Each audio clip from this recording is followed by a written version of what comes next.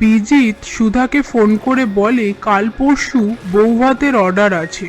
ইমন madam সেই অর্ডারটা তোকে দিতে চায়, তুই কি এতগুলো মিষ্টি পারবি বানাতে? সুধা বলে হ্যাঁ পারবো, এই বলে ফোনটা রেখে দেয়। এরপর সুধা জ্যোৎস্নাকে কারোর সাথে একটা কথা বলতে দেখে জ্যোৎস্নার কাছে আসে আর বলে তুমি কার সাথে কথা বলছিলে?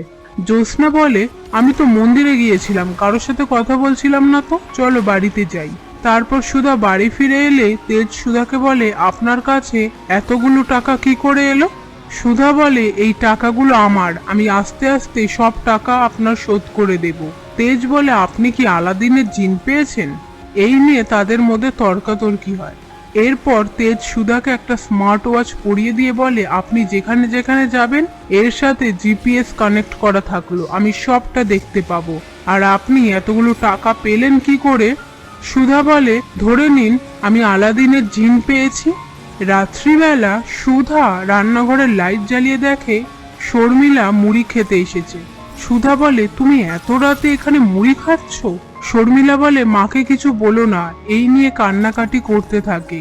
ঠিক তখনই তেজের মা আসলে শর্মিলা তেজের মাকে বলে আমি আর খিদে সহ্য করতে পারছিলাম না, ওই বাড়ি থেকে দুদিন ধরে কোনো রান্না আসেনি। এই কথা শুনে সুধা শর্মিলার জন্য খাবার নিয়ে আসে। শর্মিলা সেই খাবারটা খেতে না চাইলে সুধা শর্মিলাকে খাবারটা খাইয়ে দেয়।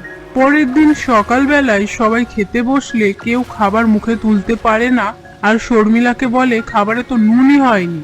সেই মুহূর্তে সুধা সবাইকে বলে কি করে নুন হবে, মেজমা তো শাস্তি পেয়েছে যে 1 মাস এবাড়ির কোনো কিছুই মুখে তুলতে পারবে না।